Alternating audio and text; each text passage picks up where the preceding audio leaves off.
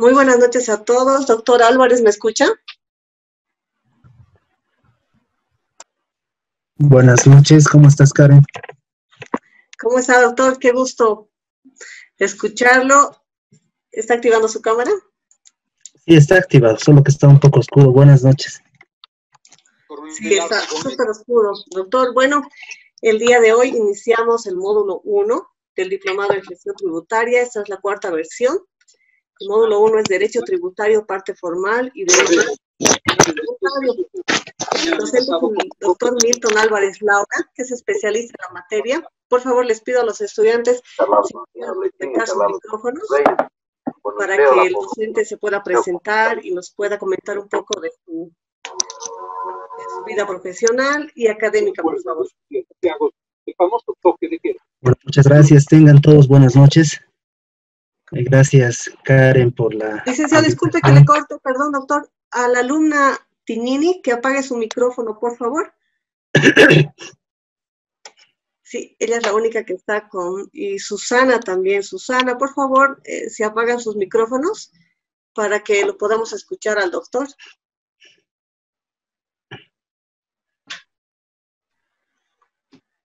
Muy bien, creo que ya apagaron sus micrófonos. Entonces, como lo decía Karen, bueno, yo soy de profesión abogado, ¿no? Me titulé en la Universidad Mayor de San Andrés, la gestión 2010. Y bueno, en un inicio mi experiencia profesional iba dirigido o encaminado al área penal. Sin embargo, por azares del destino, la gestión 2011 pude ingresar a trabajar a la administración tributaria, a la gerencia Graco La Paz, donde pude aprender bastante, ¿no? Es en realidad como mi segunda universidad. Estuve cinco años trabajando y me he desarrollado básicamente en la unidad contencioso tributaria, ¿no? Que se encarga del departamento jurídico, obviamente, que se encarga de defender los intereses de la institución, ¿no? En el tema de las recaudaciones, en el tema de las determinaciones que realiza la administración tributaria. Desde la gestión 2017 hasta la gestión 2019, bueno, pues me he dedicado al ámbito privado, ¿no? Yo me dedicaba prácticamente a defender los intereses de los contribuyentes, ¿no? En una oficina privada propia. Y bueno, ya esta gestión nuevamente se dio la oportunidad de retornar a la administración tributaria. Actualmente soy supervisor de la unidad contencioso tributaria de la unidad del departamento jurídico de la gerencia distrital La Paz 2, ¿no? Desde febrero a la fecha. Bueno, tengo algunos posgrados, ¿no? que he cursado en educación superior, en tributación también, en administrativo, ¿no? Soy egresado de una maestría en Derecho Constitucional. Me falta hacer la tesis, unos años estoy arrastrando. Y bueno, también soy docente de pregrado también de pregrado en la Fundación IDEA, Universidad Salesiana, Universidad Real y otras universidades, ¿no? Esta es básicamente mi experiencia profesional, ¿no? Y acá estoy. Doctor, disculpe que le interrumpa. Hay una estudiante, la alumna Nilda, por favor, si puede apagar su micrófono. Nilda Ríos, ya, muy bien. Ahora sí, ya está, gracias. Perdón, doctor.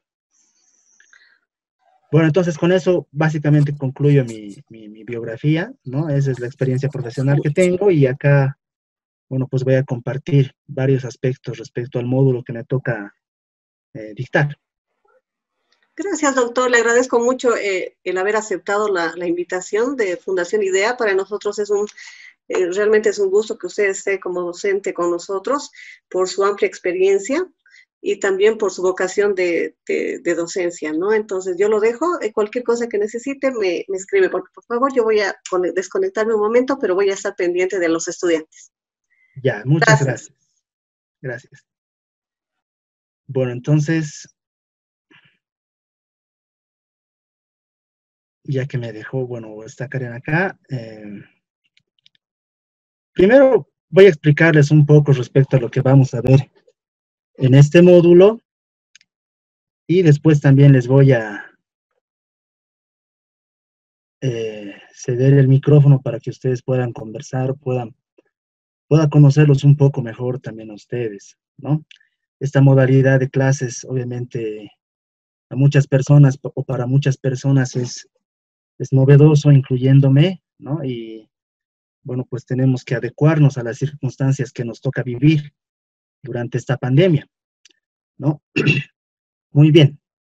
Entonces, el primer módulo de este diplomado, básicamente, tenemos 3 puntos o aspectos importantes a tratar, ¿no? El primer aspecto importante es derecho constitucional tributario, ¿no? En esta parte del módulo vamos a ver básicamente eh, cómo la Constitución Política del Estado irradia todo el ordenamiento jurídico, ¿no? Y al irradiar todo el ordenamiento jurídico, también obviamente va a tener incidencia en el tema tributario, ¿no? Y una incidencia obviamente muy importante. Vamos a ver un concepto de potestad tributaria, vamos a ver las fuentes del derecho tributario, un concepto de potestad tributaria y cuáles son los límites eh, constitucionales que van a poner frenos a lo que es la potestad tributaria, y vamos a poner algunos ejemplos prácticos, ¿no? En el que la autoridad eh, jurisdiccional, el Tribunal Supremo y también el Tribunal Constitucional han aplicado estos principios para poder resguardar lo que son los intereses, en este caso, del contribuyente, ¿no? Luego tenemos una parte respecto a lo que es el derecho formal y el derecho material, ¿no? El derecho material va a ser un tema del siguiente módulo que les va a dar el doctor Ernesto Mariño. Sin embargo, a mí me toca ver un poco lo que es el derecho formal. Obviamente, no podemos separar estos dos conceptos, derecho material, formal, porque van estrechamente relacionados, ¿no? Eh, y posteriormente, para la siguiente semana, o tal vez veamos esta semana, vamos a ver lo que es el procedimiento de determinación tributaria, ¿no? El procedimiento de determinación tributaria es uno de los procedimientos más importantes que lleva a cabo la administración tributaria, ¿no? Porque en este procedimiento la administración tributaria ejecuta lo que son sus facultades establecidas en la norma, ¿no? En el Código Tributario, las facultades de investigación, control, comprobación, determinación, liquidación de la deuda tributaria, ¿no? Que es un procedimiento sumamente importante y obviamente este procedimiento revierte diferentes tipos de características, ¿no? La orden de verificación, vista de cargos, resolución determinativa, que tienen características propias de cada acto administrativo y que también otorgan demasiadas o muchas problemáticas respecto a los actos administrativos como tal, ¿no? Eh, Comentarles también, ¿no? Para ya empezar a verlo, cómo va a ser la evaluación de la materia o del módulo, ¿no? Entonces, la fundación me ha pedido en esta nueva modalidad de clases virtuales, ¿no? A diferencia de los módulos anteriores que fueron presenciales, tenemos unos foros, ¿no? Para esta semana tenemos 2 foros. Y también tenemos 4 preguntas. Para el primer foro, 2 preguntas. Para el segundo foro, 2 preguntas también, ¿no? Se han elegido 2 sentencias constitucionales que tienen relación con el tema de derecho constitucional tributario y principios limitadores a la potestad tributaria, ¿no? Entonces, esto es lo que tienen que revisar, ¿no? No creo, este material se envió el viernes en la noche, me parece que el sábado en la mañana ya tendrían que, bueno, sábado, tendrían que haberlo subido a plataforma. Sin embargo, igual se puede enviar, no hay ningún problema. Son 2 sentencias y les voy a pedir, por favor, que son 2 sentencias, bueno, extensas, sí, ¿no? La sentencia 95/2017 eh, tiene alrededor de más de 40 páginas.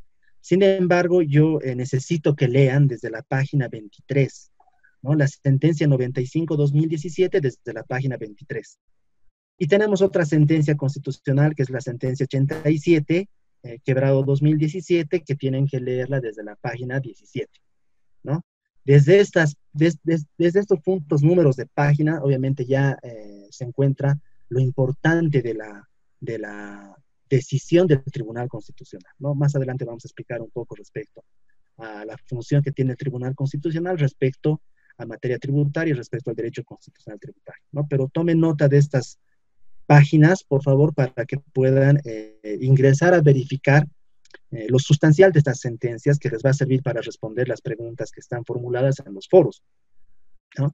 Nuevamente, de la sentencia 95-2017 desde la página 23 y de la sentencia 87-2017 desde la página 17, ¿no?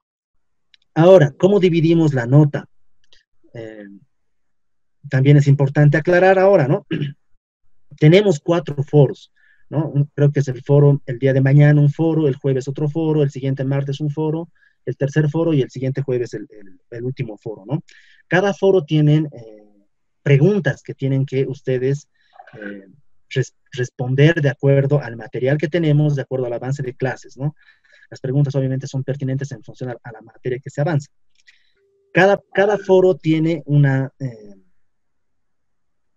nota de 5 puntos, ¿no? Una puntuación de 5 puntos, entonces sumamos 20 puntos. Yo les voy a repartir, tengo una lista de estudiantes inscritos, son 19. Para la siguiente semana, yo les voy a repartir esta semana unas 19 sentencias emitidas por el Tribunal Supremo de Justicia, en las cuales se advierte cómo resuelve problemáticas el Tribunal Supremo respecto al procedimiento de determinación, ¿no? Vamos a ver diferentes tipos de problemáticas y obviamente cuando ya sorteé estas sentencias, ustedes tienen que revisar, ¿no? Y van a exponer de manera muy corta, muy sucinta, la problemática de la sentencia, cuáles son los hechos controvertidos de la sentencia, que han sido resueltos por el Tribunal Supremo de Justicia, y también van a exponer cuál ha sido la decisión, cuál ha sido la forma del fallo, ¿no? Y si se han aplicado algún tipo de principios. Y finalmente tenemos un examen final, ¿no? Un examen final por 60 puntos. Entonces, con esto ya distribuimos lo que es toda la nota, ¿no? También tengo la obligación de comentarles que las clases, ¿no? Las clases que pasamos de manera virtual tienen la obligación de asistir por lo menos un 90%. Entonces, tengo que llamar lista, ¿no? Tengo que llamar lista para ver quiénes están, perdón, ¿no? Quiénes están conmigo, y también me gustaría mucho conocerlos. No sé si pudieran habilitar el tema de sus cámaras, por lo menos para que se presenten, para que los compañeros también de la fundación, los compañeros inscritos puedan conocerlos, ¿no? Nuevamente les repito, esta es una nueva modalidad de educación que tenemos, ¿no? Que tenemos que adecuarnos. Sin embargo, esto no deja de lado que puedan nacer amistades dentro del curso, ¿no? Entre docente y estudiante también, que puedan fortalecer a futuro, qué sé yo, cualquier relación de trabajo, ¿no? Relación de consulta, ¿no? Yo estoy también, cualquier consulta que tengan ustedes respecto al tema tributario, obviamente estoy abierto para poder absolver, ¿no? Obviamente dentro de mis conocimientos, que como ustedes entenderán, también son limitados, ¿no? Muy bien, entonces no tengo yo tengo la lista, pero no están en orden. Entonces yo voy a pedir primero que se presenten, bueno, voy a dar el nombre de la persona para que pueda primero decirme cuál es su profesión, ¿no? Me gustaría saber cuál es la profesión de cada uno de ustedes, cuál es la finalidad, ¿no? Porque generalmente en los anteriores módulos se han inscrito bastantes estudiantes de ramas contables, ¿no? Ha habido muy pocos abogados que se han inscrito en este tipo en este diplomado, por lo menos las 2 versiones anteriores. Había más compañeros contables, ¿no? Más auditores, contadores, economistas y demás, ¿no? Entonces, esto me va a ayudar a mí también a ver o a reforzar algún cierto concepto que sea tal vez más jurídico para que podamos uniformar el criterio de avance de materia, ¿no? Entonces, por favor, su profesión, ¿no? Si gustan también podrían decirme dónde trabajan, pero no es obligatorio, ¿no? Su profesión, sí, no sé, su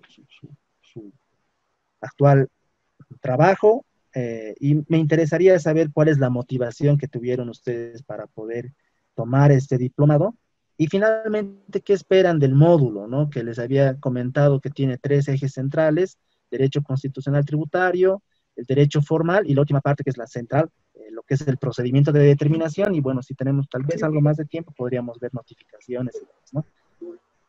Pero me parece que con eso estamos completos en el tiempo. Entonces, nuevamente, ¿no? Profesión, dónde trabajan, si gustan, cuál ha sido su motivación para inscribirse a este diplomado y qué esperan del módulo como tal, ¿no? Entonces, por favor, le voy a pedir a Nilda Giovanna Ríos, ¿no? Si está, que pudiera habilitar su micrófono y tal vez su cámara para que podamos conocerlo también nosotros. Entonces, por favor, compañera Nilda, ¿cuál es su profesión? ¿Cómo está? Buenas tardes, estimado licenciado, compañeros. Mi nombre es Nilda Giovanna Ríos Poma, de profesión auditor de la Universidad Mayor de San Andrés. Actualmente trabajo como auditor de una dependencia del Estado y soy socia de una consultora en servicios contables. Bueno, las expectativas que tengo dentro del curso es ampliar los conocimientos, ya que en mi carrera aplicamos el tema de normativa contable. Entonces, en ese sentido es que ha sido una de las iniciativas para tomar el curso. Le agradezco mucho, Sí. compañera Nilda. Gladys Jacqueline Laura, ¿está?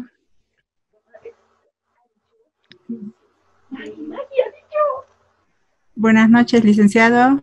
Buenas noches, compañeros. Mi nombre Buenas es noches. Gladys y de profesión de contaduría pública que concluí ¿Ya? recién. Y bueno, la iniciativa que tuve para tomar este diplomado es para ampliar más sobre lo que es tributaria. Eso sería, con relación a lo tributario. Muy bien, tal vez, ¿qué espera del módulo? A tener mayor conocimiento, que ampliar los conocimientos con respecto a este módulo. Ya. Le agradezco mucho. Está Abigail Fanny Rodríguez. Buenas noches, licenciado. ¿Cómo está? Buenas noches. Mi profesión es de contaduría pública. Trabajo en una oficina contable. Mi motivación es para ampliar mis conocimientos porque me interesó mucho el área de impuestos. Es muy interesante y espero aprender más sobre esta área. Muy bien, le agradezco mucho, Abigail. Está Susana Noemí Coromi. Buenas noches. Buenas noches, licenciado. Buenas noches, compañeros. Mi nombre es Susana Noemí Coromi Mendoza, de profesión auditor contable. Mi interés para el curso es es mejorar y aprender más sobre lo que es la área contable. Hola. Muy bien. Hola, sí le escucho. Muy bien, muchas gracias. Está Vanessa Verónica Mostajo.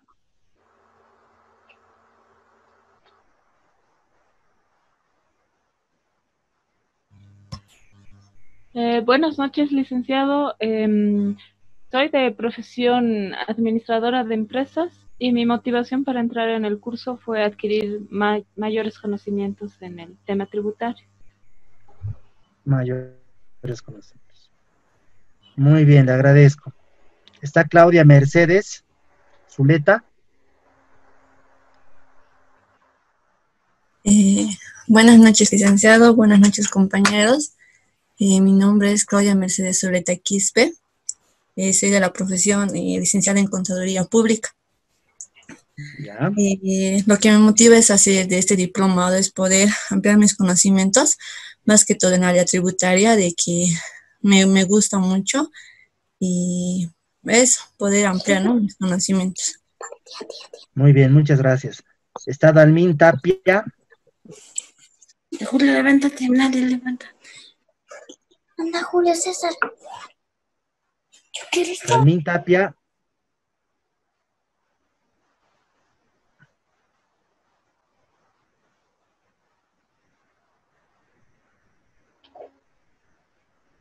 Bueno, parece que no está Dalmín. Erika Aruquipa. Acá. Buenas noches, licenciado. Buenas noches, compañeros. Buenas Mi nombre noches. es Erika Aruquipa Mamani. Tengo de la profesión actual Contaduría Pública. Una de las motivaciones es tener conocimiento en el área tributaria. Ya hablaba. Muy bien, le agradezco mucho. Está Neisa Antequera. Sí, aquí buenas noches a todos. Mi nombre es Neita Antequera, de profesión contador público autorizado, y mi objetivo de tomar el curso es ampliar mis conocimientos en el área de tributación. Ya, muy bien. Y también creo que está ahora Dalmín Tapia. Licenciado, ¿me escuchan? Sí. No sé si ¿Cómo me está? Le ve. escucho. Buenas Sí, la veo. noches. Buenas noches. Mi nombre es Dalmín Tapia, soy contadora pública. Actualmente trabajo en la Bolsa Boliviana de Valores y estoy en este curso para actualizarme y sumergirme más en lo que es el ámbito tributario. Generalmente para yo tener más conocimiento y, o sea, capacitarnos más, ya que también eso nos exigen en nuestra empresa, que tengamos conocimiento amplio sobre estos temas que son muy importantes. Y eso es lo que me ha motivado a tomar este curso de diplomado en tributación. Muy bien, le agradezco.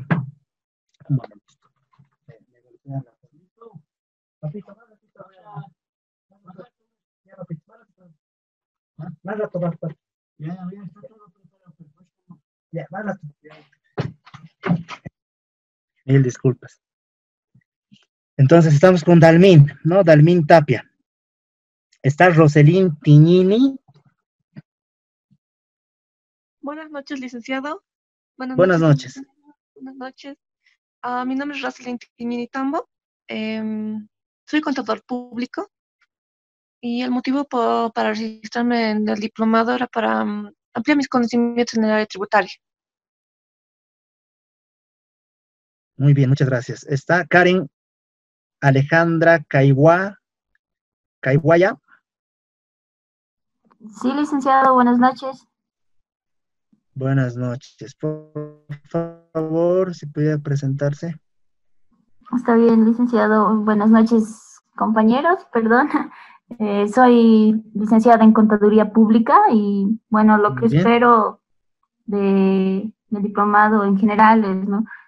Actualizar mis conocimientos y aprender más sobre todo. Ya, muy bien, le agradezco mucho. Está Margarita Graciela. Quiroga. Margarita todavía no está. Carmen Rosa Condori.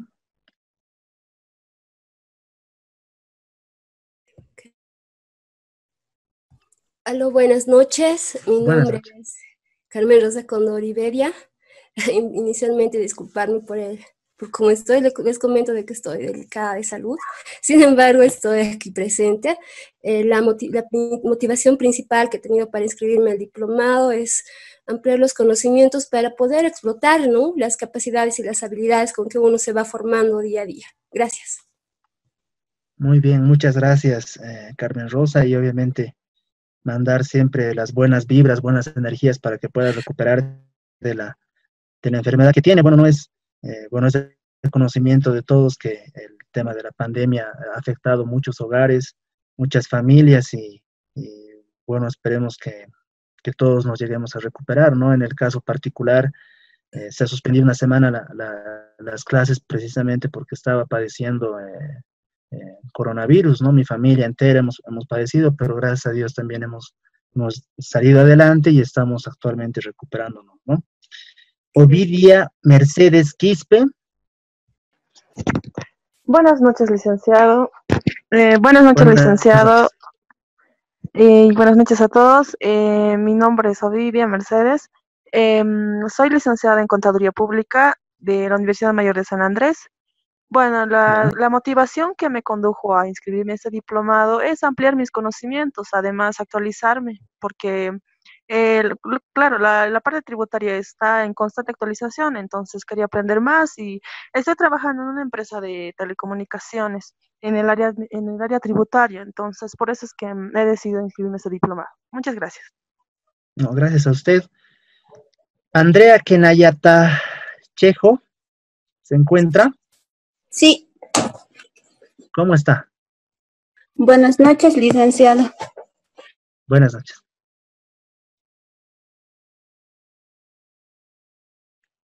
Tal vez la señal se fue.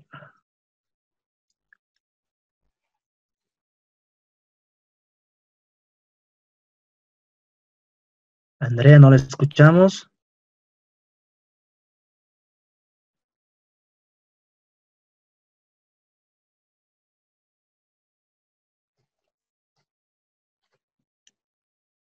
Andrea, bueno, pues parece que perdimos la señal con Andrea. De todas formas está como tiene asistencia, ¿no? Pasemos hasta que se pueda conectar nuevamente. Paola Mayra Ramírez. Buenas noches, licenciado. Buenas noches, compañeros. Mi nombre es Paola Mayra Ramírez Pallarcón, de profesión contador público. Actualmente trabajo en el banco Pyme Cofuturo. El motivo por el cual me he inscrito al diplomado es más que todo para poder superarme profesionalmente y poder ampliar los conocimientos los pocos conocimientos, bueno, que tenemos en el área tributaria. También del curso espero lograr las metas, los objetivos, poder alcanzar el curso, o sea, terminar de comprender el tema del tema tributario en este caso. Gracias. Muchas gracias a usted. Stephanie Nicole. Zárate.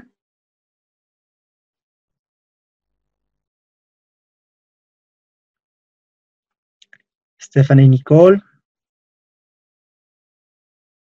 Para los que no, tal vez por algún tema no pudieran activar sus micrófonos, también pudieran escribir, ¿no?, un mensaje y bueno, pues dar su profesión, ¿no? Juan Pablo Guzmán Alejo, ¿se encuentra? Sí, licenciado. ¿Cómo está? Bueno, mi nombre es Juan Pablo Guzmán, de profesión igual que mis compañeros de contaduría. Trabajo en la empresa de Nacional Seguros. Bueno, el hecho por el que me entré a este curso es por tener un amplio conocimiento sobre tributación, ya que estoy en esa área, específicamente de esa área en tributación. Muy bien, muchas gracias, compañero. Está Williams Eduardo Choque. Hola. ¿Cómo está, compañero? Buenas noches a todos mis compañeros. Doctor, mi nombre es Williams Eduardo Choque. Tengo la licenciatura de contador público autorizado de la Universidad San Francisco Javier de Chuquisaca. Actualmente estoy cumpliendo mis acciones con un proyecto por la región de Uyuni. Bueno, prácticamente mi persona es del lugar, ¿no? Entonces, igual mi motivación es ampliar mis conocimientos, como creo que todos mis compañeros en el aspecto tributario, y bueno, también estar en actualización, constante actualización, en que es muy amplio eso de la tributación, doctor. Gracias. Muy bien, muy bien. Sí, como ustedes lo habían indicado, el tema tributario bueno, personalmente, ¿no? Es un reto para mí, ¿no? Pero prácticamente porque existe esta complejidad como tal, o es que llama más la atención todavía, ¿no? Mi próximo objetivo, obviamente, es también estudiar contabilidad para poder entender mucho mejor la parte tributaria, porque saben ustedes perfectamente que el tema tributario está básicamente dividido en dos partes, ¿no? Una parte que es la técnica, ¿no? Técnica contable, y otra parte que es la normativa como tal, ¿no? Las dos partes, obviamente, la persona que está pretendiendo especializarse en el área del derecho tributario, bueno, pues tiene la obligación de conocer, ¿no? Muy bien. Si tienen alguna duda respecto a lo que estamos viendo, alguna consulta, no duden en utilizar el micrófono y poder preguntar lo que ustedes vean pertinente, ¿no? Ahora bien, veamos lo siguiente. Entonces, como les había comentado, vamos a ver la primera parte, lo que es el derecho constitucional, ¿no? Tributario. Y para esto, primero vamos a ver un artículo específico del Código Tributario, que es el artículo 5 del Código, que establece cuáles son las fuentes del derecho tributario, ¿no? Y obviamente tenemos este esquema de fuentes del derecho tributario y también nos sirve como jerarquía, ¿no? Porque la Constitución Política del Estado está en la cúspide, ¿no? Y después están las demás normativas. Hola, buenas noches. ¿No? Buenas noches, sí. Disculpe, doctor, no mencionó mi nombre en la lista, me parece. Ah, ya, perdón, Stephanie Nicole, ¿no? Correcto. Ya, por favor, podría presentarse su profesión y... Sí, buenas noches a todos, mil disculpas.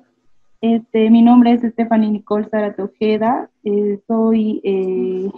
actualmente terminé mis estudios en la carrera de Contabilidad Pública en la ciudad de Sucre, Universidad San Francisco Javier de Chuquisaca. Actualmente estoy como auxiliar contable en una consultora y bueno, aquí estos cursos o el objetivo de este diplomado es, como todos ya lo habían mencionado, ampliar y actualizar los conocimientos que he ido adquiriendo en los años de estudio. Y bueno, sé que es difícil con esta nueva modalidad virtual, pero ese es el objetivo, ojalá se pueda cumplir. Muchas gracias. Gracias. Stephanie Nicole. Hay dos personas más que no, bueno, en realidad una persona. Margarita Graciela, no sé si está. No está. Y Andrea Kenayata, que está, pero tuvo un problema con su conexión, me imagino. Entonces, como ustedes han escuchado, bueno, perdón, esta parte me he saltado, todos los compañeros del diplomado tienen como rama o como área de profesión la contabilidad, ¿no? Entonces, esto obviamente me ayuda a mí para poder profundizar un poco más respecto al tema normativo, ¿no? Que es el área que en realidad yo, bueno, conozco de mejor forma, ¿no? Entonces, veamos esta parte. Yo les voy a explicar, el curso como tal, o el módulo, se ha ido programando se ha programado, obviamente hay una parte normativa, hay una parte doctrinal, y por sobre todo vamos a ver la parte práctica, ¿no? Es decir, ¿a qué me refiero con la parte práctica? Me refiero a que vamos a ver casos resueltos por el Tribunal Supremo de Justicia, por el Tribunal Constitucional.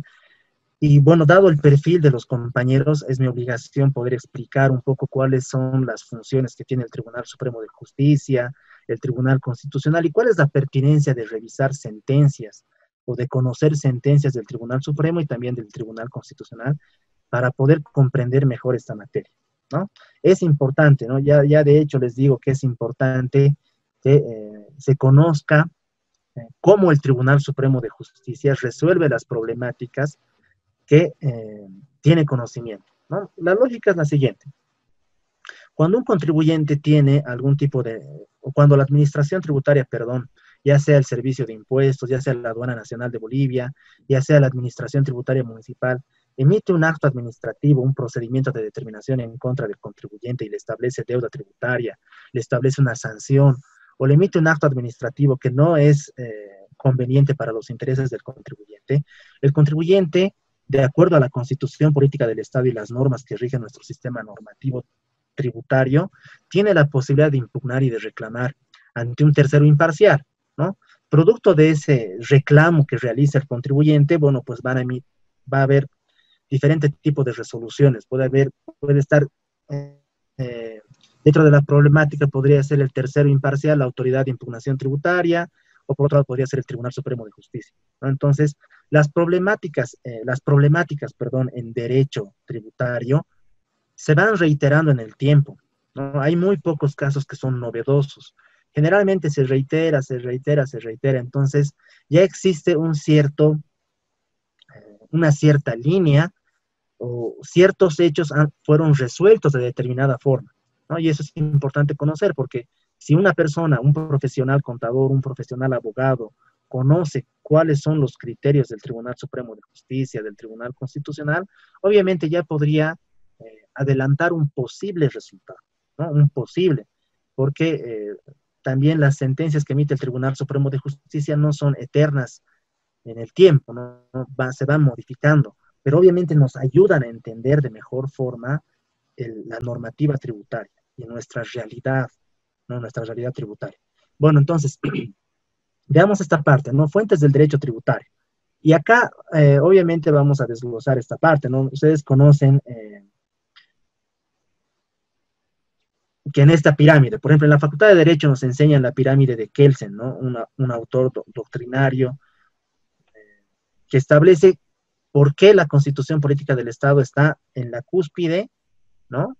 Y por qué la demás normativa en grado de jerarquía está más abajo, ¿no? Básicamente esa es la regla que vamos a poder desarrollar ahora, ¿no? La Constitución Política del Estado, ¿no? Es la norma suprema que va a organizar o va a establecer las reglas del juego dentro del territorio nacional.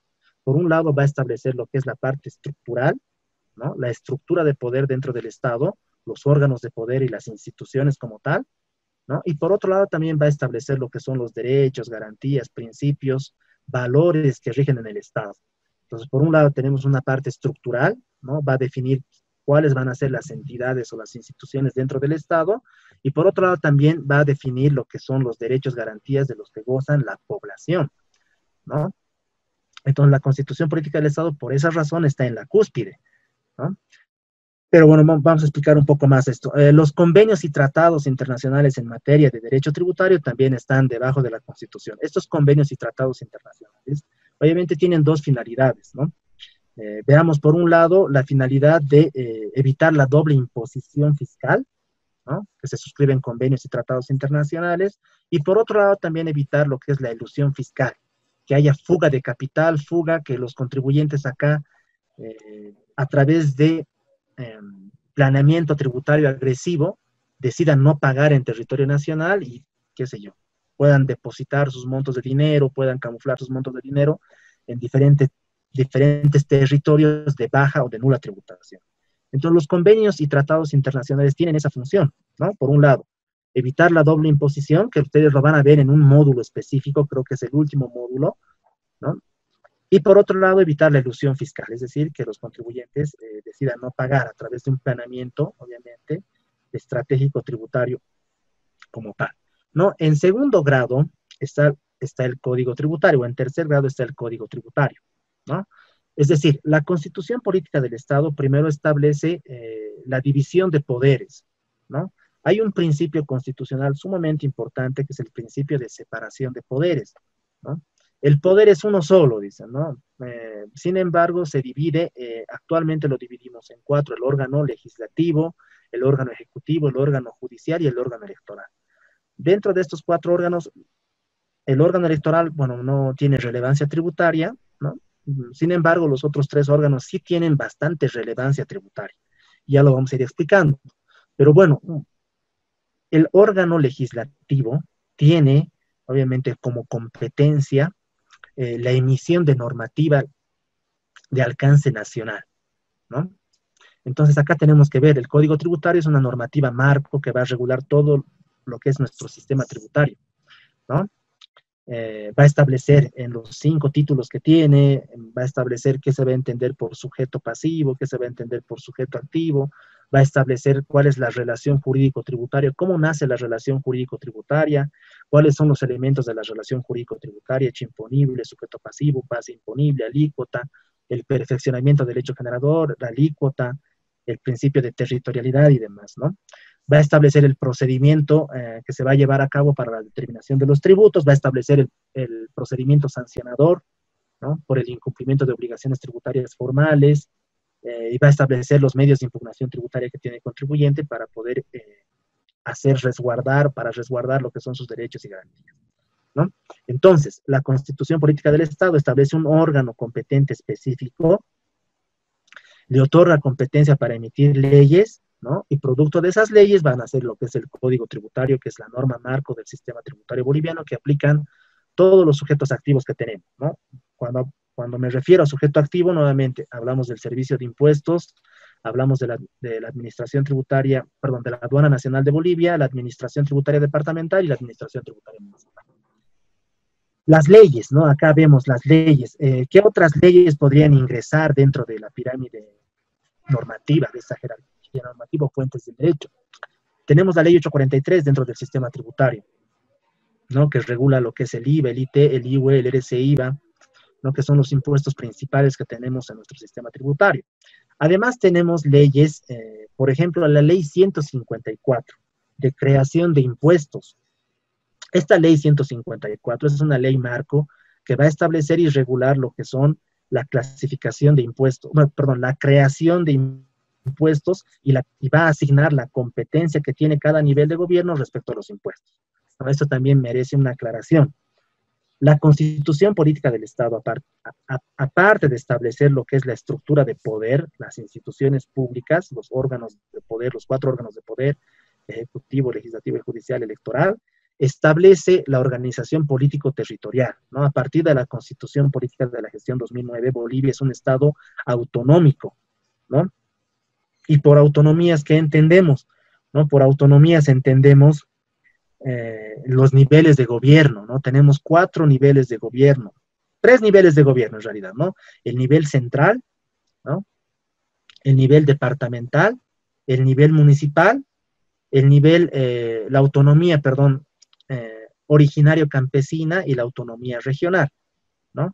Obviamente, cuando hablamos de los niveles de gobierno, nos vamos a centrar en 3 niveles de gobierno, el central, el departamental y el municipal nada más. ¿Y qué entendemos por autonomía, ¿no? La autonomía implica que estas entidades territoriales autónomas de departamentos y municipios puedan elegir sus propias autoridades, ¿no? Tengan la facultad de poder elegir sus propias autoridades, por un lado. Por otro lado, tienen la facultad de emitir normativa legislativa, es decir, leyes de alcance departamental, leyes de alcance municipal. Y por otro lado, también tienen facultad de emitir normativa reglamentaria, pueden ejecutar lo que son hacer cumplir lo que son sus leyes departamentales y municipales, y también tienen la facultad de poder administrar sus propios recursos, ¿no?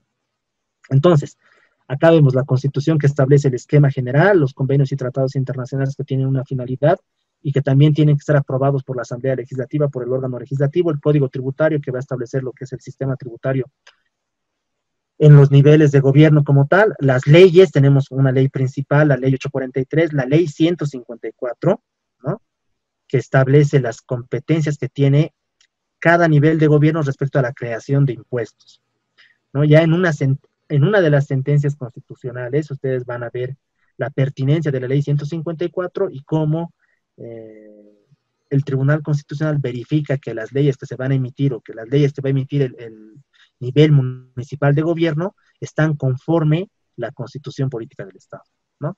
Los decretos supremos que son emitidos por el órgano ejecutivo, ¿no?, que por el órgano ejecutivo está compuesto por el presidente y por todos sus ministros, ¿no?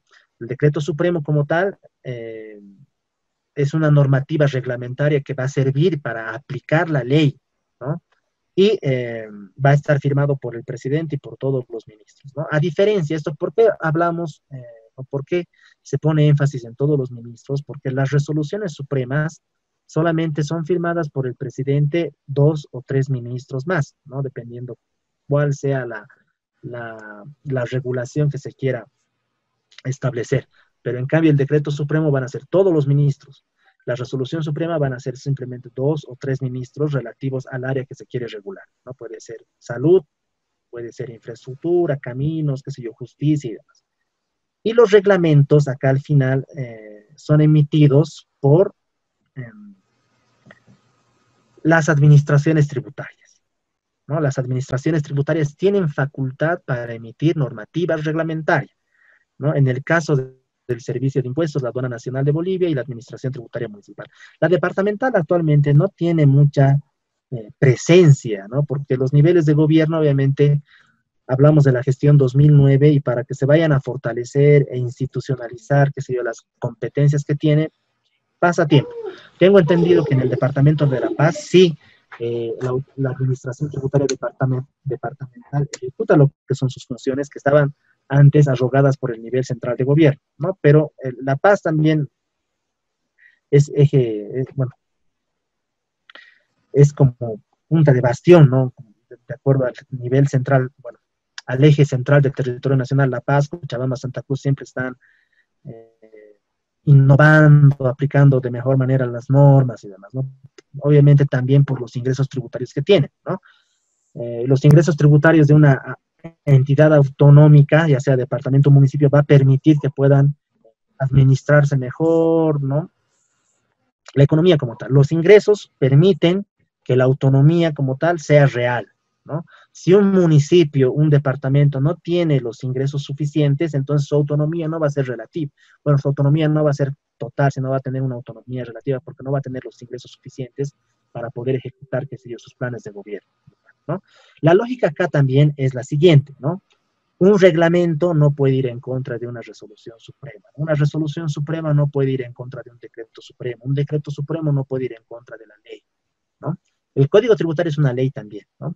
Una ley, un código tributario no puede ir en contra de un convenio, un tratado internacional, ¿no? Y obviamente ninguna de estas normativas puede ir en contra de la Constitución Política del Estado, ¿no? Esa es la lógica como tal. La Constitución Política del Estado, al ser la norma suprema, va a otorgar como tal una estructura de poder, va a establecer los límites que tiene el órgano legislativo para emitir leyes, ¿no?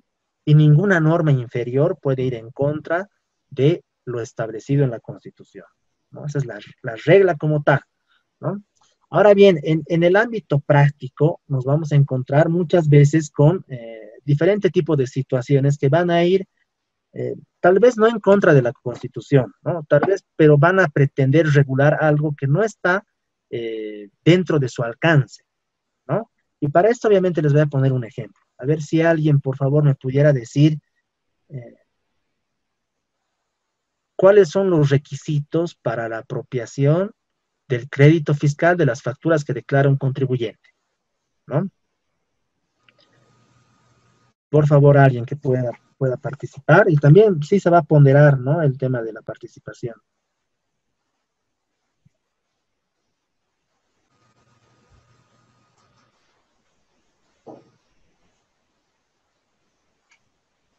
Estimados colegas, nuevamente reitero la pregunta. ¿Cuáles son los requisitos que debe cumplir un contribuyente para la apropiación correcta del crédito fiscal de las facturas que declara?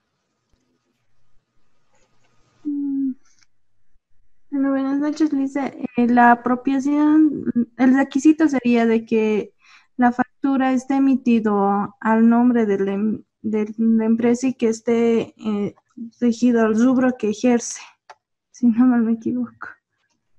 Ya, muy bien. ¿Cuál es su nombre, perdón? Abigail Rodríguez. Ya, muy bien, muchas gracias, Abigail. Entonces, Abigail decía que, bueno, pues para requisitos para la apropiación del crédito fiscal de las facturas, en primer lugar es que la factura esté a nombre del contribuyente y por otro lado que esté, perdón, ¿qué dijo? Que sea del rubro que ejerce. Muy bien, que esté vinculado con la actividad del contribuyente, ¿no? ¿Alguien que quisiera complementar estos dos requisitos que la compañera acaba de señalar?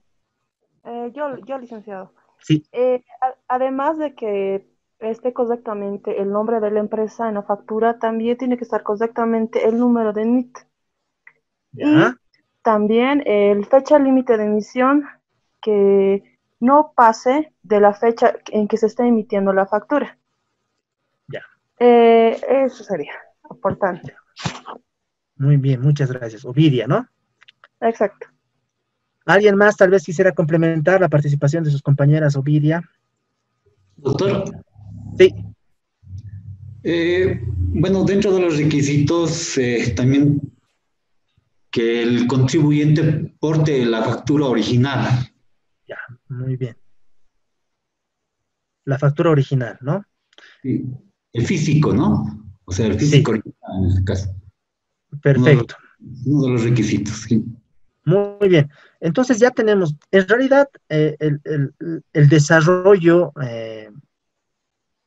de los precedentes administrativos emitidos por la Autoridad de Impugnación Tributaria y hasta cierto momento el desarrollo que ha realizado el Tribunal Supremo de Justicia ha establecido 3 requisitos que debe cumplir el contribuyente para la apropiación del crédito fiscal de las facturas que declara. Cada uno de estos requisitos o tiene otros requisitos más, o como subrequisitos podríamos decir, ¿no? Primero está, como lo dijo el compañero William, la factura original, ¿no? Un requisito, la factura original, el contribuyente tiene la obligación de portar la factura original, ¿no? Y recordemos también que el Código Tributario, en el artículo 70 de las obligaciones tributarias, señala que el contribuyente tiene la obligación de resguardar la documentación contable, ¿no? En tanto no prescribe el tributo, considerando incluso la ampliación, ¿no? Actualmente unos 10 años debería resguardar la documentación contable, las facturas, comprobantes de ingreso, egreso, cualquier documentación que sea pertinente en materia tributaria, contable, ¿no? Entonces, factura original, y obviamente dentro de la factura original están los requisitos que dijeron también sus compañeras, ¿no? Que esté correctamente emitido, número de NIT, que esté dosificado, que esté dentro del rango de la fecha, ¿no? Muy bien, el otro requisito es que esté vinculado con la actividad del contribuyente, ¿no?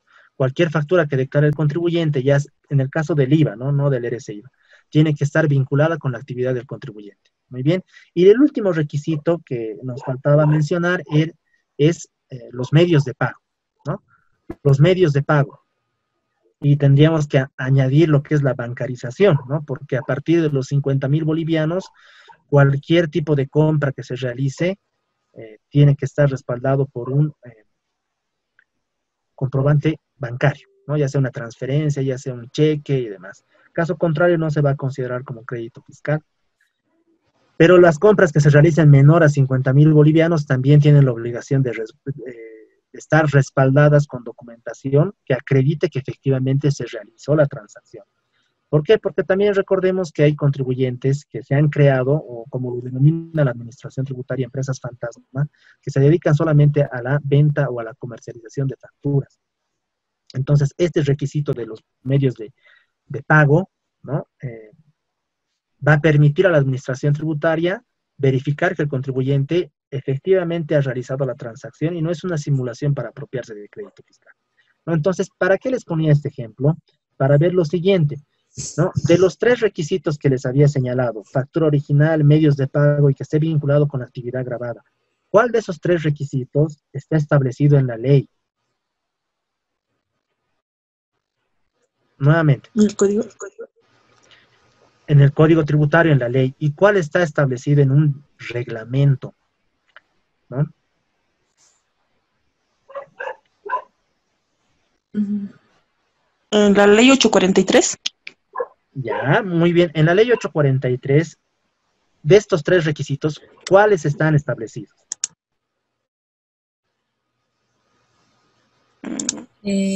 Buenas noches. Buenas noches. Tengo entendido que en la ley 843 indica que las facturas para apropiarnos del crédito fiscal deben estar de acuerdo a la relación de la actividad. Sí, a la vinculación de la actividad. Muy bien.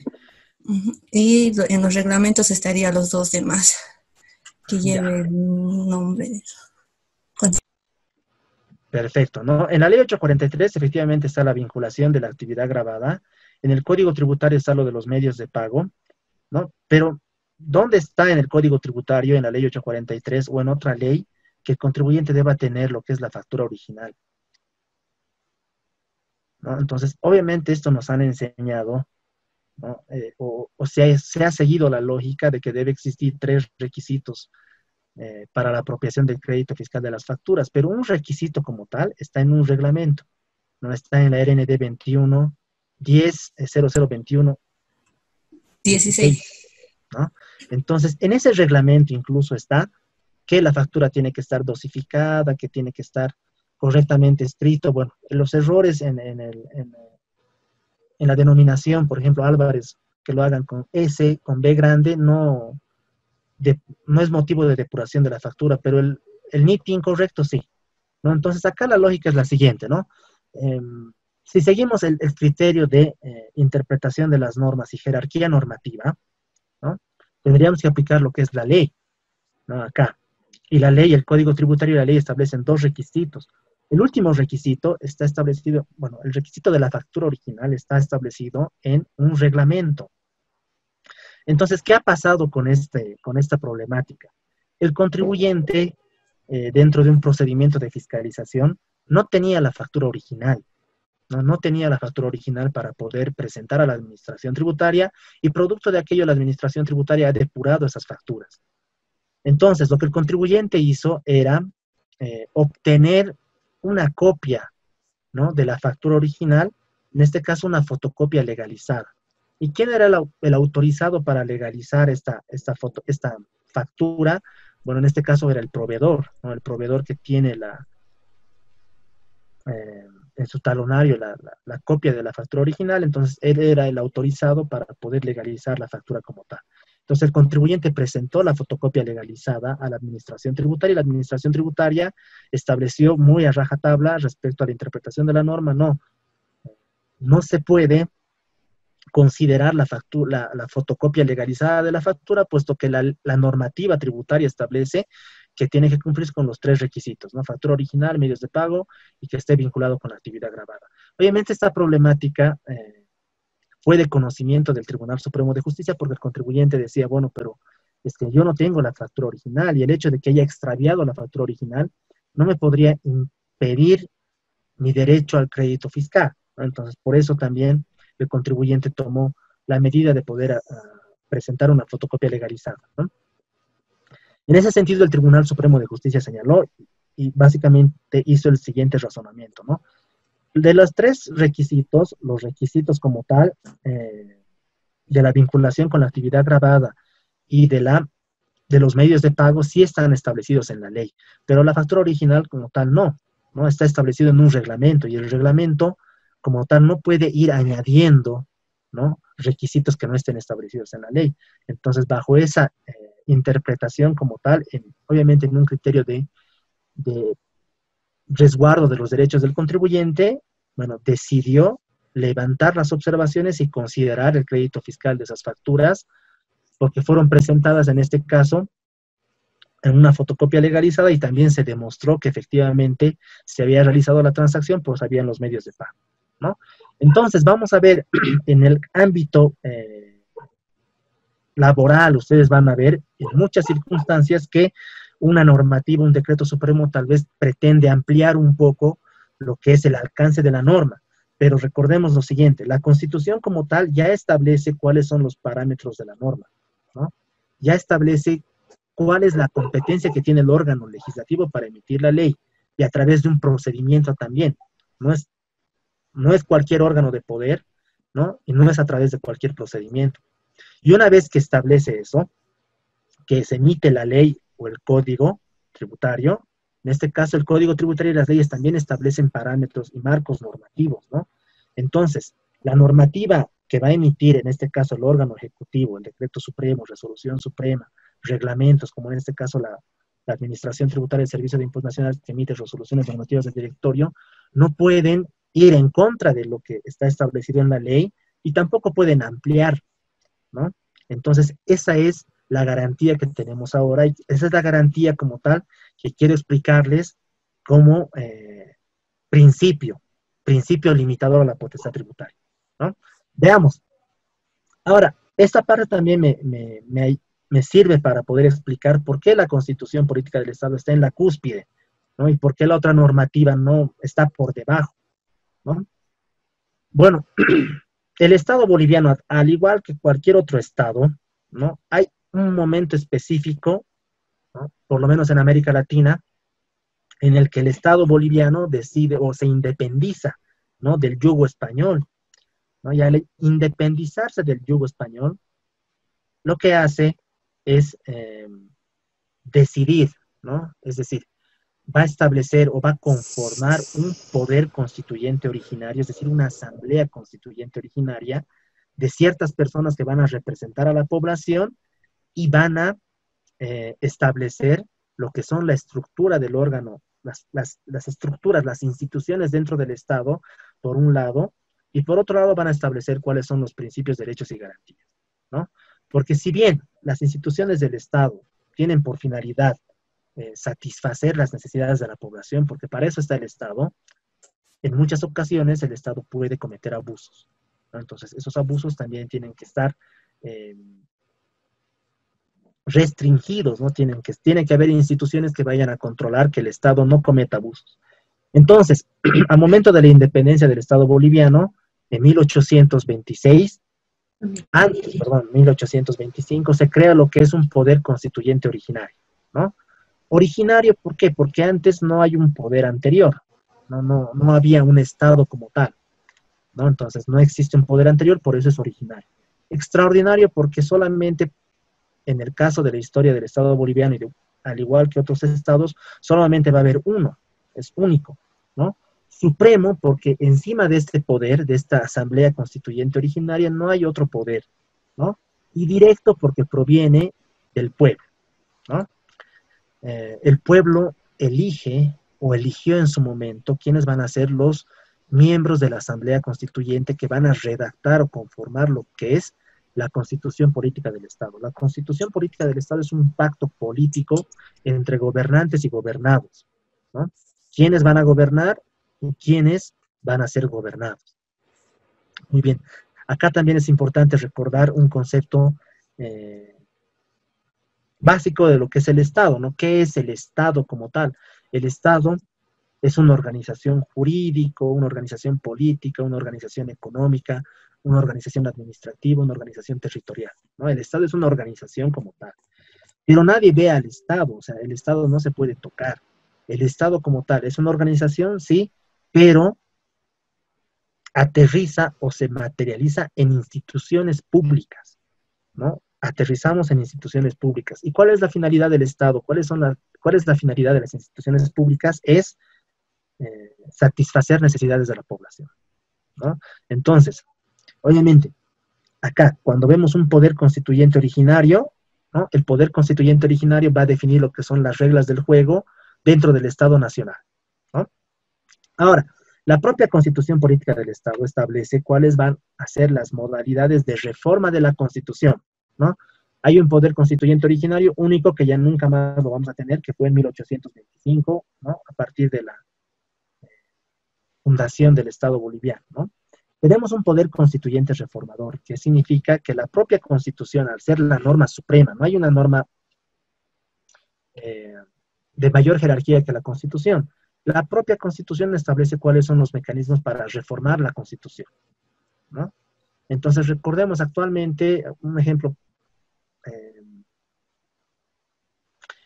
reciente de la gestión 2016 es, se pretendió reformar la Constitución para que el anterior presidente Evo Morales pueda repostularse una vez más, ¿no? Entonces, ¿qué se tiene que hacer de acuerdo a la Constitución para reformar la propia Constitución, ¿no? Un referéndum, es decir, el soberano, el pueblo, tiene que decidir si efectivamente la Constitución se puede modificar o no, ¿no? Y obviamente el resultado del referéndum es vinculante, ¿no?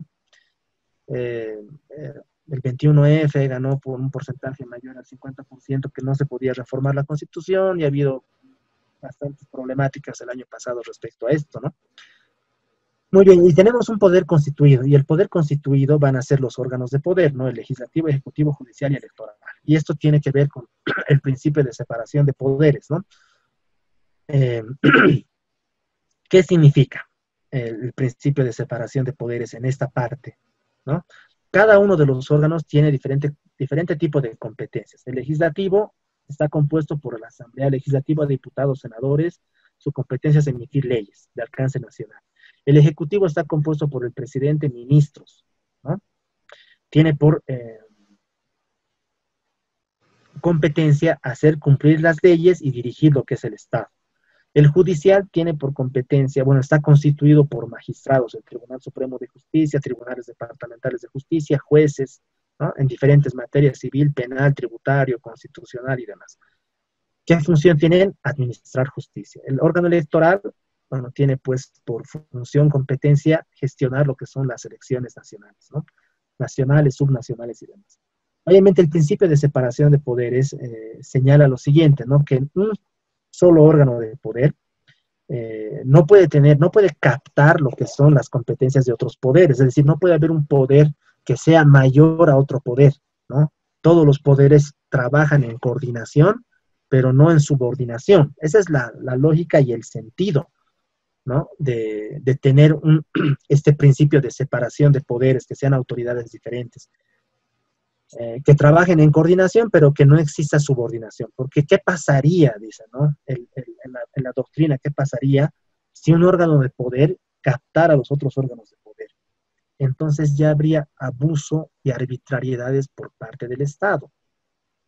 Y no somos sujetos ajenos a este ejemplo, porque lo que ha pasado en el anterior gestión de gobierno, el órgano ejecutivo, el MAS, ¿no?, ha captado todo lo que es el órgano legislativo porque tenía mayoría parlamentaria, diputados, senadores, ¿no? Entonces podían emitir las leyes que ellos querían. Ha captado lo que es el órgano judicial, ¿no? Y también captó el órgano electoral. Entonces podíamos ver que el órgano ejecutivo, en realidad, lo que él decidía, ¿no?, se hacía. En realidad no había abuso de poder como tal. Y eso es lo que pretende el principio de separación de poderes frenar, ¿no? Muy bien, veamos la clasificación de las fuentes, ¿no? Ahora bien, fuentes formales, fuentes materiales, ¿a qué nos referimos, ¿no? Nuevamente vemos acá, la Constitución Política del Estado está en la cúspide, luego está el Código, convenios y tratados, Código Tributario, leyes, decretos supremos, resoluciones y demás, ¿no? Las fuentes formales nos referimos a qué, ¿no? La Constitución es una fuente formal. ¿Por qué? Porque establece o es un vehículo introductor de otras normas. No, básicamente por eso la Constitución es una fuente formal del derecho tributario. ¿Por qué? Porque la Constitución establece nuevamente los órganos de poder, establece el órgano legislativo y establece cómo el órgano legislativo puede emitir leyes de alcance nacional, ¿no? Ahora, el Código Tributario, ¿no?, y las leyes son fuentes formales del derecho tributario también. ¿Por qué? Porque también son vehículos introductores de otras normas. Revisen ustedes el artículo 64 del Código Tributario, que establece la facultad que tiene la administración tributaria de poder emitir normativas reglamentarias, ¿no? Entonces la ley establece también, es un vehículo introductor de otras normas, ¿no? Por eso nos referimos a fuentes formales del derecho tributario. La Constitución Política del Estado y las leyes son fuentes formales del derecho tributario porque son vehículos introductores de otras normas. En cambio, los decretos supremos, las resoluciones supremas y reglamentos no son vehículos introductores de otras normas. Ya no pueden autorizar el ingreso de otra norma, ¿no? Cuando hablamos de fuentes materiales, ¿a qué nos referimos, ¿no? A hechos sociales, a hechos de la realidad social que son relevantes para la materia como tal y van a servir como sustento para la creación de las normas. Fuente formal, ¿no?, porque hablamos de las normas como tal, normas creadoras de otras normas. La Constitución y las leyes son normas creadoras de otras normas, pero las fuentes materiales van a ser los hechos sociales, la realidad social, lo que se pretende regular. En este caso, los hechos económicos. Al ámbito o al tema tributario lo que le interesa son los hechos económicos que puedan demostrar capacidad contributiva, capacidad económica para que el Estado pueda, de alguna forma, obtener ingresos para poder cumplir sus fines y metas, ¿no? Hechos de la realidad social, ¿no? Tenemos, como ustedes saben, utilidades, prestación de servicios, venta de bienes inmuebles, compra-venta de vehículos automotores, transmisión gratuita de bienes por el tema de herencia, ¿no? Todos esos están regulados por norma y están regulados por un impuesto. Ahora, en un futuro, ¿no? Obviamente, de acuerdo a la realidad social, van a haber nuevos impuestos, por ejemplo, y ahora con el tema de la pandemia se ha adelantado mucho más el tema de la tecnología, ¿no? Andrés Oppenheimer, un periodista argentino que ha ganado el premio Pulitzer y tiene su programa en CNN, tiene unos 2 libros interesantes, uno que es Sálvese quien pueda y otro que es Crear o morir, ¿no? Él en sus libros señala cómo a partir, bueno, como un estudios realizados por la universidad, creo que de Harvard o de Oxford, establecía, ¿no?, que en un periodo de 20 años muchas de las profesiones actuales iban a desaparecer o por lo menos iban a reducir su campo de acción, de trabajo, ¿no? Porque iban a ser sustituidos por robots, por inteligencia artificial, ¿no? Y él pronostica, ¿no? Tres profesiones en específico, ¿no? Y ahí ingresamos nosotros, por ejemplo, los abogados. El tema de trabajo que pueda automatizarse, que no requiere una especialización grande, ¿no? Por ejemplo, que puedas poner tus datos y que ya pueda salir un contrato de compra-venta, ¿no? Ese tipo de trabajo que se pueda automatizar, ya no van a necesitar las personas abogados, sino van a simplemente llenar sus datos en una máquina y la máquina, la computadora va a poder emitir lo que son los documentos y demás, ¿no? Los contadores, ¿no? Que también se puede automatizar lo que es su trabajo. Obviamente no en todas las ramas de la contaduría, ¿no? Porque ustedes saben bien que existen ciertas especialidades, particularidades que no van a ser fácilmente sustituidas por inteligencia artificial. Y los médicos, ¿no? Que los médicos también están sujetos a este tipo de innovaciones. Y con el tema de la pandemia, todo esto obviamente se ha adelantado bastante, ¿no? Pero, ¿a qué me refería con esto, no? Con el tema de la realidad o los hechos sociales. Entonces, actualmente no tenemos robots en Bolivia, ¿no? Pero ya es un tema que puede llegar más temprano que tarde, ¿no? Que va a haber robots. En Japón ya hay hoteles, según este periodista también, que se administran solamente con robots, ¿no? Que tienen, creo que 2 personas de carne y hueso que administran y todo lo demás está hecho por robots. Robots mascotas, robots compañeros que tienen la posibilidad de verificar los rasgos faciales y ser empáticos con el paciente, ¿no? El tema de los drones que pueden ser utilizados para repartir comidas, repartir servicios y demás. Entonces, un hecho social, fuente material del derecho tributario, van a ser los hechos sociales, en este caso en un futuro no muy lejano, la propiedad de robots, ¿no? Simplemente como ejemplo, ¿no? Acá una regla, ¿no? Importante, ninguna norma jurídica ingresa al sistema normativo sin otra que autorice, sin otra que la introduzca, ¿no? Entonces, eso es importante. Veamos acá esta parte, ¿no? Otra forma de poder clasificar el tema de las fuentes del derecho tributario, lo que les señalaba anteriormente. Hay instrumentos introductores primarios, hay instrumentos introductores secundarios. Los primarios, lo que les había señalado la Constitución Política del Estado, es un vehículo introductor de leyes, ¿no? ¿Por qué? Porque establece un órgano competente para emitir leyes y un procedimiento para emitir leyes, ¿no? El órgano legislativo, a través del procedimiento legislativo, que ustedes han debido escuchar, ¿no? O deben conocer en todo caso, lo que es los diputados y senadores, ¿no? Cámara de origen, cámara revisora. Cuando existe una propuesta de ley o una iniciativa legislativa para regular algún tipo de norma o para la emisión de una ley, bueno, pues ingresa por una cámara, la cámara de origen, se lleva a cabo se organizan por comisiones, ¿no?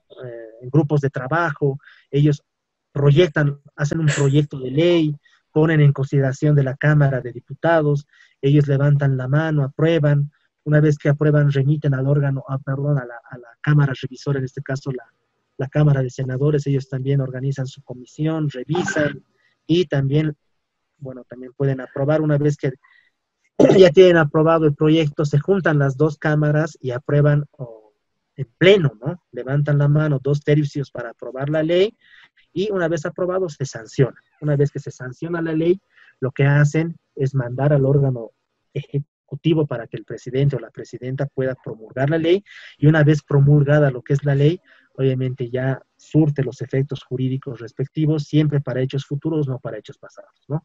Entonces acá, importante, ¿por qué? Un órgano competente y un procedimiento para emitir la ley, ¿no? Acá, la Constitución Política del Estado es un vehículo introductor de leyes como tal, ¿por qué? Porque establece el órgano legislativo, ¿no? Establece las atribuciones que tiene el órgano legislativo y también establece un procedimiento para emitir leyes. Instrumento introductor primario, las leyes, ¿no? Las leyes también son vehículos introductores, pero ya no de leyes, de otras leyes, sino van a ser vehículos introductores de reglamentos, ¿no? Nuevamente, el artículo 64 de la Constitución establece cuáles son las formas o las facultades que tiene la administración tributaria para poder crear normativas reglamentarias, ¿no? Y los instrumentos introductores secundarios, decretos supremos, resolución ministerial, reglamentos, estos ya no son vehículos introductores de leyes. La única función que tienen es que se pueda aplicar lo que son las leyes, se pueda aplicar lo que es la Constitución. Por eso, en el ejemplo que les había puesto, el Tribunal Supremo de Justicia valoró y dijo, bueno, pues el requisito de la factura original no está pues en una ley, está en un reglamento. Entonces, ¿por qué tendría que cumplirse, no? Si el contribuyente está cumpliendo con los dos requisitos esenciales de la ley, ¿no? Entonces las facturas son válidas. Muy bien. Hasta acá, ¿tienen alguna consulta que quieran hacer? Tal vez algún comentario.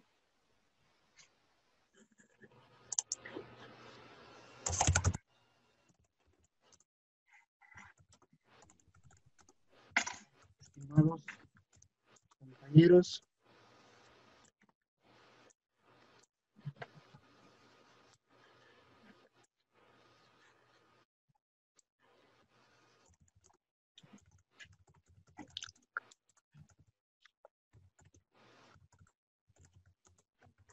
¿Alguna consulta que quieran hacer? Licenciado. Sí. ¿Nos podría aclarar en el tema de la clasificación de fuentes respecto a la regla donde establece o señala ninguna norma jurídica ingresa al sistema normativo sin que otra la introduzca, por favor? Claro. ¿A qué se refiere con eso? Muy bien. Entonces, cuando hablamos, gracias por la pregunta, cuando hablamos de fuentes del derecho tributario, ¿no? Tenemos que referirnos a lo siguiente. Fuente, ¿de dónde proviene la normativa tributaria? ¿No? Fuente, o sea, fuente, vertiente, como manantial, ¿de dónde proviene, verdad? Entonces, cuando hablamos de fuentes formales, nos referimos a que solamente una norma puede ser introducida producto de otra norma, ¿no? No puede ingresar una normativa sin que otra norma la introduzca. Esa es la regla. Entonces, acá vemos, en este otro gráfico, vemos cómo tenemos fuentes, vehículos introductores primarios y vehículos introductores secundarios.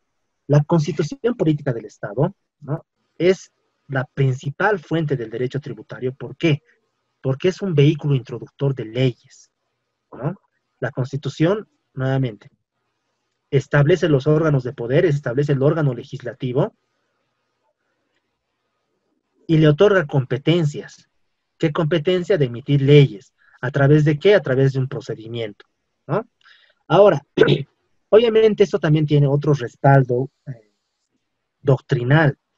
Por ejemplo, veamos el Estado. ¿Cuáles son los elementos del Estado? Territorio, población, gobierno y soberanía, ¿no? ¿Qué entendemos por soberanía? ¿No? Aquel poder que tiene el soberano de poder tomar sus propias decisiones sin la injerencia de cualquier otra persona, ¿no? Ese es el soberano. Dentro de estos cuatro elementos del Estado, ¿en quién radica la soberanía? ¿Quién es el soberano? ¿No? ¿Quién tiene la facultad de poder tomar las decisiones? El soberano es el pueblo, el soberano somos nosotros, ¿no? Entonces, ¿cómo se ejerce la soberanía? La soberanía se ejerce de manera directa, de manera delegada, es decir, ¿cómo tomamos nuestras decisiones como pueblo, como población dentro del territorio nacional? De manera directa, de manera delegada. De manera directa, ¿cómo? A través del referéndum.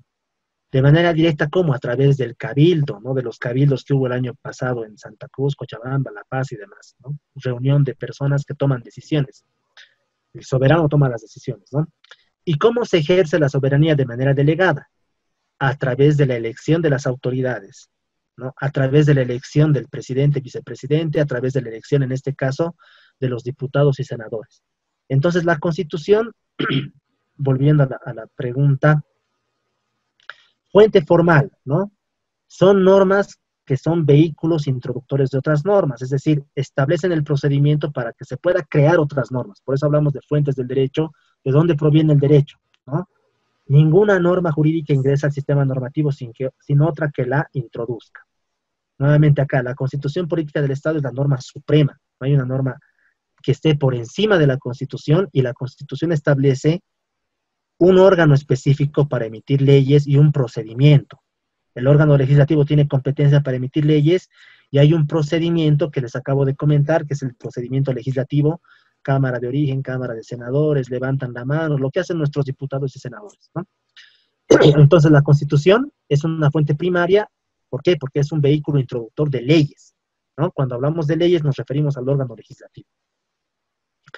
En este caso, ¿no? Cuando hablamos de leyes también nos referimos a las leyes que emiten nuestros niveles de gobierno, la autoridad, la Asamblea Legislativa Departamental y el Consejo Municipal, que también emiten leyes de alcance departamental y de alcance municipal, ¿no? Por otro lado, instrumentos introductores primarios es la ley. La ley también es un vehículo introductor, pero ya no de leyes, sino de reglamentos, ¿no? Entonces, la Constitución establece los parámetros para la emisión de una ley y también les otorga de contenido, lo que vamos a ver más adelante, ¿no? Y las leyes también van a establecer parámetros para la introducción de normativa reglamentaria. Por eso acá la idea es la siguiente: fuentes del derecho tributario. ¿De dónde provienen las normas? Las normas provienen de otras normas, ¿no? Pero una norma superior tiene que introducir una norma inferior. Por eso la norma inferior no puede ir en contra de lo establecido en la norma superior, ¿no? A eso nos referimos con fuentes formales, ¿no? Fuente formal. Ahora, como fuente material nos referimos a los hechos sociales. En realidad, ¿de dónde provienen las normas? ¿No? Las normas en realidad provienen de hechos sociales, de realidad social. En el caso tributario, provienen de hechos económicos, ¿no? Venta de bienes muebles, prestación de servicios, importaciones definitivas, qué sé yo, cualquier situación que demuestre de alguna forma capacidad contributiva, ¿no? Lo que les decía como ejemplo, nosotros acá, un hecho social de acá a unos años, bueno, pues la tenencia de robots, la tenencia de drones, ¿no? Animales, robots también, mascotas robots y demás, ¿no? Compañeros robots, ¿no? Bueno, es una idea que me viene a la mente como fuente material del derecho tributario, ¿no? Fuente material, un hecho social, pero en cambio las fuentes formales van a ser las normas que introducen otras normas, ¿no? Básicamente eso es, compañero. ¿Alguien más, tal vez? Compañeros, ¿alguna duda?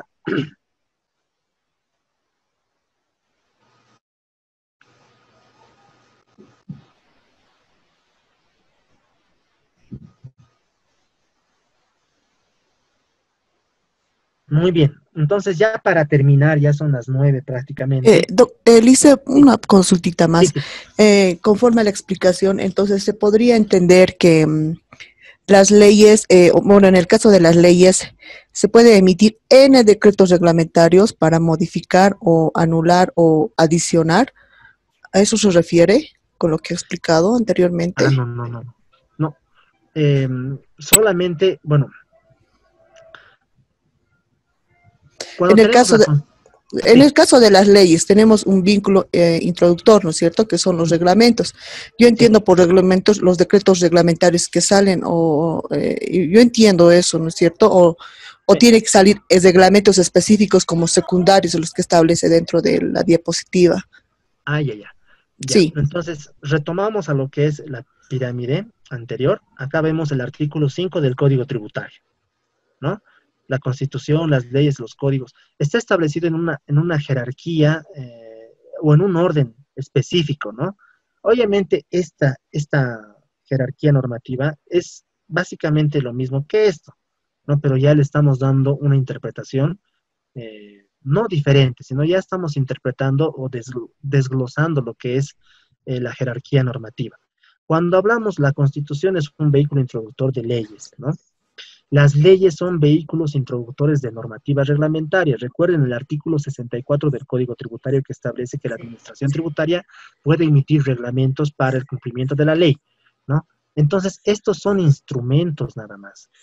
O sea, el decreto supremo, las resoluciones supremas, los reglamentos, las RNDs que emite el Servicio de Impuestos Nacionales, las resoluciones de directorio que emite la Aduana Nacional de Bolivia, van a servir para que la administración tributaria pueda cumplir, ¿no?, lo que son las leyes. Por eso esta normativa secundaria tiene, por así decirlo,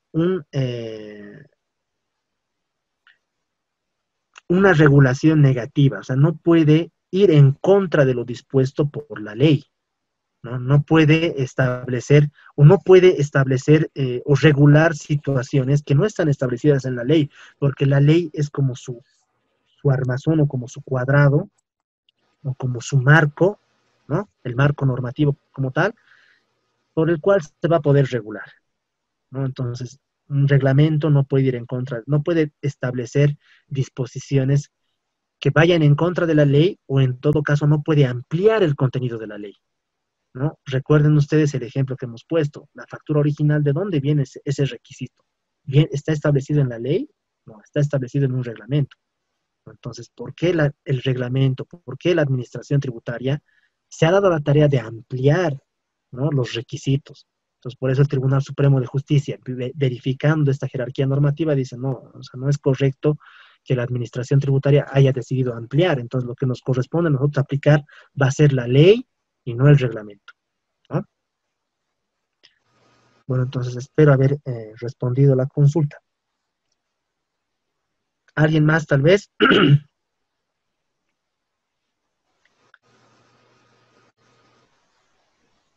Entonces, para ir aclarando de todas formas esta parte que es importante para ver lo demás, lo que vamos a ver, lo que estamos queriendo ver va a ser la potestad tributaria y lo que son los principios limitadores a la potestad tributaria, que vamos a ver el principio de legalidad y el principio de capacidad contributiva, ¿no? Vamos a ver lo que son básicamente un concepto que ya lo hemos visto, ¿no?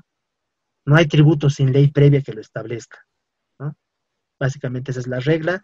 Vamos a ver los antecedentes históricos, vamos a ver el contenido de la capacidad contributiva y cómo el principio de capacidad contributiva va a irradiar toda la normativa tributaria, ¿no?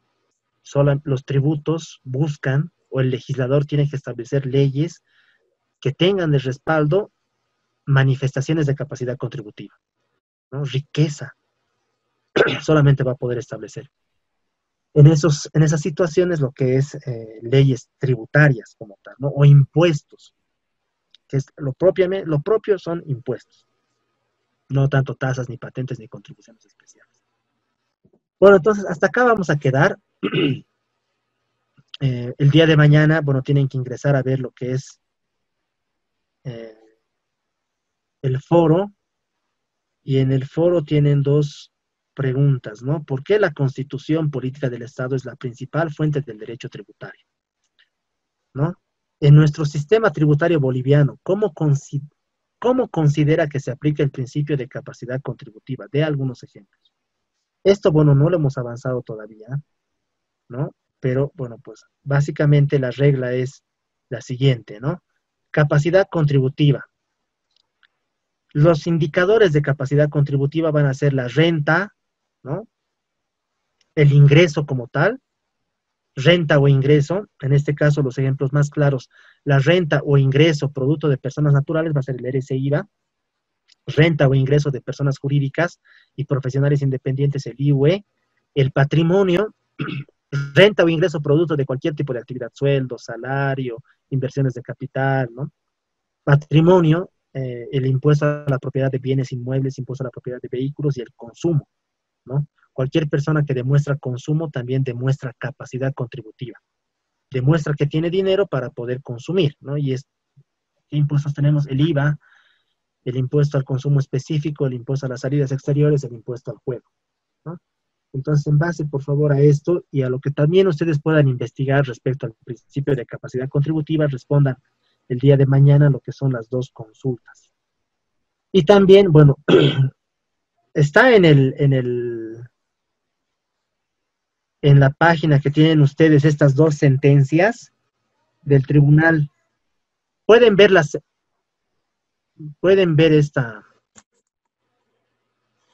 perdón, ahora sí, pueden ver el documento Word.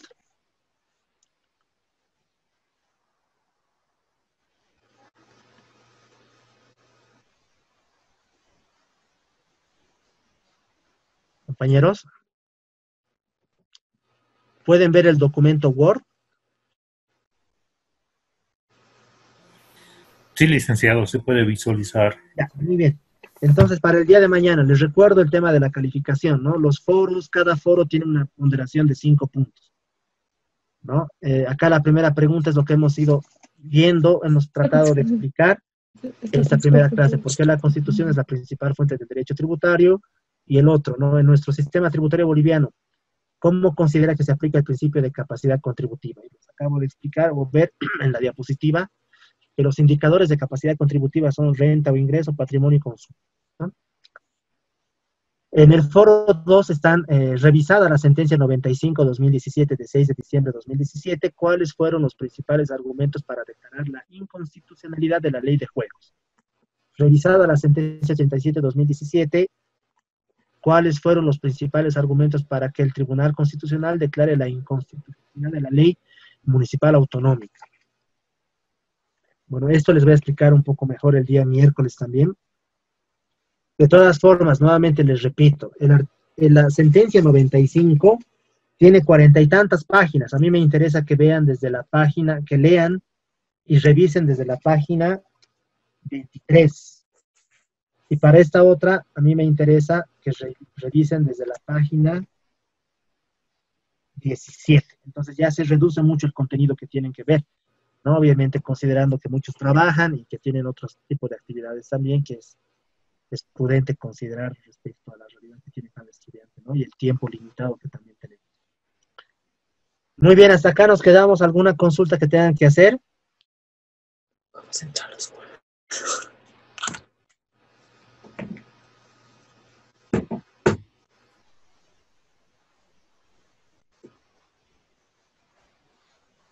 ¿Ninguna? Listen, disculpe. Sí. Estos dos foros son para presentarlos mañana, ¿no? El primer foro es para mañana, tengo entendido. El segundo foro es para el jueves, ¿no? Ah, ya. Yo les voy a dar el contexto. Pueden revisar lo que es estas sentencias, ¿no? Que nuevamente le voy a pedir a Karen, si tienen un grupo de WhatsApp, igual se puede enviar este grupo de WhatsApp para que puedan ir revisando, pero como les digo, nuevamente, esta sentencia tiene como 40 y tantas páginas. A ver, ¿cuántas páginas tiene? 41 páginas, ¿no? Y la otra sentencia es un poco más corta, tiene 26 páginas. Pero obviamente la primera parte, las primeras páginas establecen cuál es el contexto del por qué. Son algunos temas un poco más jurídicos. A mí me interesa de esa sentencia 95 que lean desde la página 23, igual van a lograr entender, ¿no? Y esta otra sentencia, 87-2017, también revisen desde la página 17. Así, como les digo, se acorta un poco el trabajo de lectura que tienen, ¿no? Por lo menos para esta semana vamos a tener estos dos foros. Para mañana y para el jueves este otro foro, y el día miércoles también les voy a explicar un poco más respecto a estas sentencias y respecto a la función que tiene el Tribunal Constitucional en materia tributaria. ¿Alguna otra consulta, compañeros? Buenas noches, licenciado. Disculpe, Buenas noches. las respuestas lo vamos a publicar mediante la aula virtual, ¿verdad? El aula virtual. Tengo entendido que estas preguntas están colgadas en el foro. Ya, estoy ahorita en la aula virtual, pero dice, y la fecha límite para publicar este foro es el domingo 9 de agosto. Pero usted nos aclara que es para mañana, ¿verdad? Ah, a ver, la verdad pensé que era. Tal vez tienen más tiempo, tal vez yo me estoy confundiendo, ¿no? Doctor, buenas noches. Karen, sí, ¿cómo estás? efectivamente, ahí aparece, bueno, antes sí era hasta el día siguiente, pero ¿Ya? sí, Héctor, y hemos visto por conveniente con José también de darles cierto tiempo más, así que cuando tengan foro ahí les va a aparecer la hora y todo eso y el día. Ah, ya. Muy bien, entonces mejor para que podamos habituarnos, para que tengan un poco más de tiempo. Entonces ya Karen les está dando las instrucciones. De todas formas, acá están las preguntas y ya tienen el material para que puedan estudiar y para que puedan responder las preguntas. Muy bien, entonces con esto hemos concluido. Nos conectamos el día miércoles. Muchas gracias por su atención. Gracias, doctor, y por favor, informarles a los estudiantes que mi nombre, mi número de teléfono y mi correo electrónico está ahí, lo voy a volver a colgar en el grupo de WhatsApp, cualquier duda o consulta, como es el primer módulo, me imagino que deben tener dudas y cosas que necesitan saber, entonces cualquier